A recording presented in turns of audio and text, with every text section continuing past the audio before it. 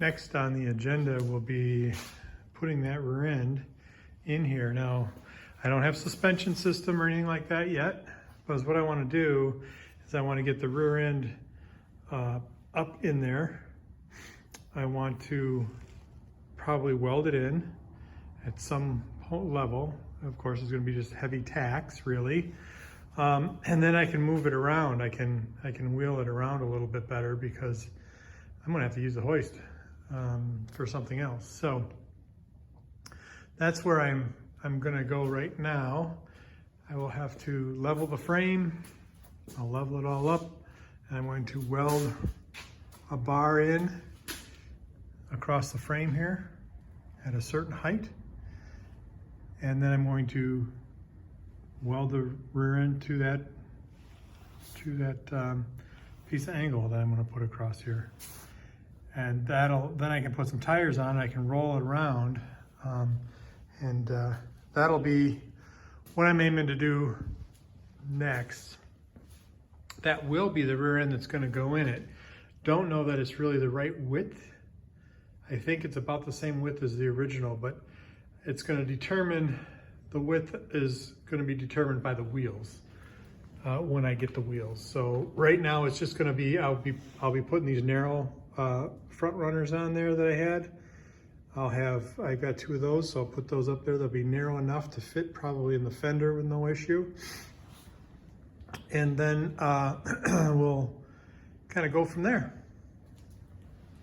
All right.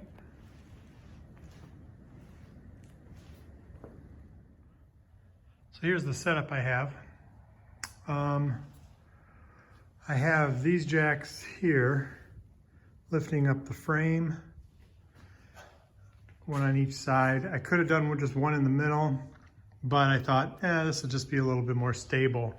What I am actually doing there is I am leveling the frame. Why is that important? Well,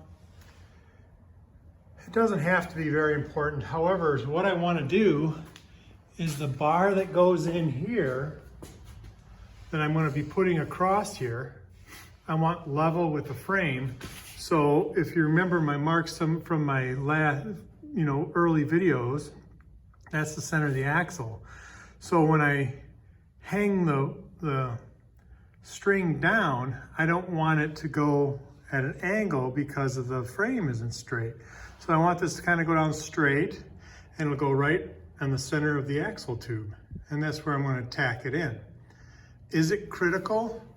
No, it's not, since I'm not mounting the rear end in there permanently with a suspension system. However, this could aid in putting a suspension system in. If I leave this kind of welded up, I can go right to it if I have this all set up right. So I kind of want to make it as good as possible until I'm ready to do whatever I got to do in the rear suspension. So that is why I wanted to level the frame. And now, now I can bring that rear end up as high as I want with these jacks here. And then I can make it to whatever ride height that I want. And that's kind of what I'm gonna try to mathematically figure out, is my ride height with the fenders rather than the running boards. So we'll see how it all turns out. So as you can see now, I'm getting the rear end into place.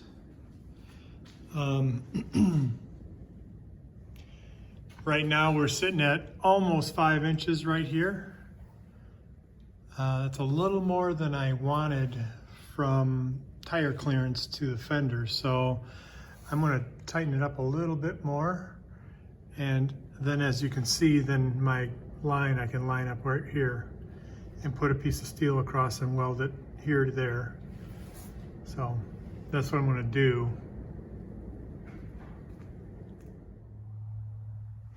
So here's what I did to get the rear end welded in. See, I just put, this is angle iron right here. I'm gonna call that a heavy tack on each side and underneath there too, so it stays put. I also tacked it here on the rear end. This rear end's not going to go anywhere anymore. Put the axles in. So I actually have a tube in the middle holding the two axles from turning. But I also kind of set the, well, I'm not going to say the pinion angle, but I just kind of leveled the housing just for GP. That's about all. But the axle sticks out the same distance on each side. The tire does fit. I just kind of test fit it. But now is what I got to do is I got to lower it to the ground because my tire won't fit on with the hoist in the way. So I got to lower it down, jack this back end up, put the tires on it. And then we'll take a look at it to see what it really looks like. There we go. That should be close to ride height. I got 3 inches of clearance between the axle and the frame. I did a little research on that. Some people say as small as 2 inches. Some people say as high as 4, but the consensus was 2 to 3 for the most part. Your rear end probably isn't going to jounce up more than that. The problem is I don't have any room for a jounce bumper yet. So I don't know yet, but I may trim this just a little bit, maybe up to here. Just trim a little bit out like that, re-box it in, some heavy material that will not weaken this frame. This frame is, 6-7 inches deep. So by taking an inch out and reboxing, it's not going to be that big of a deal, especially now that I have this square tubing on there too. This all helps reinforce everything. So there's not much pressure on the back part of this because all my suspension is going to be connected to the front.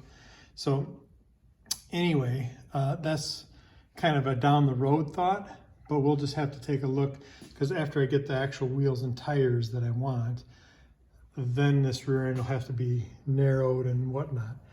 Right now, I think the rear end housing is about the same as the original. The wheel seems, to me, the axle seems to be sticking out farther than I would want. But I think the original wheels really dipped in rather than out.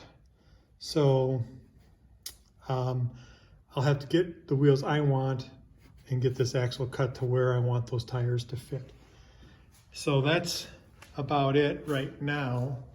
I know I kind of shifted gears off of that body and stuff, but I wanted to get this on tires so I can roll this out of here because I got to use the hoist.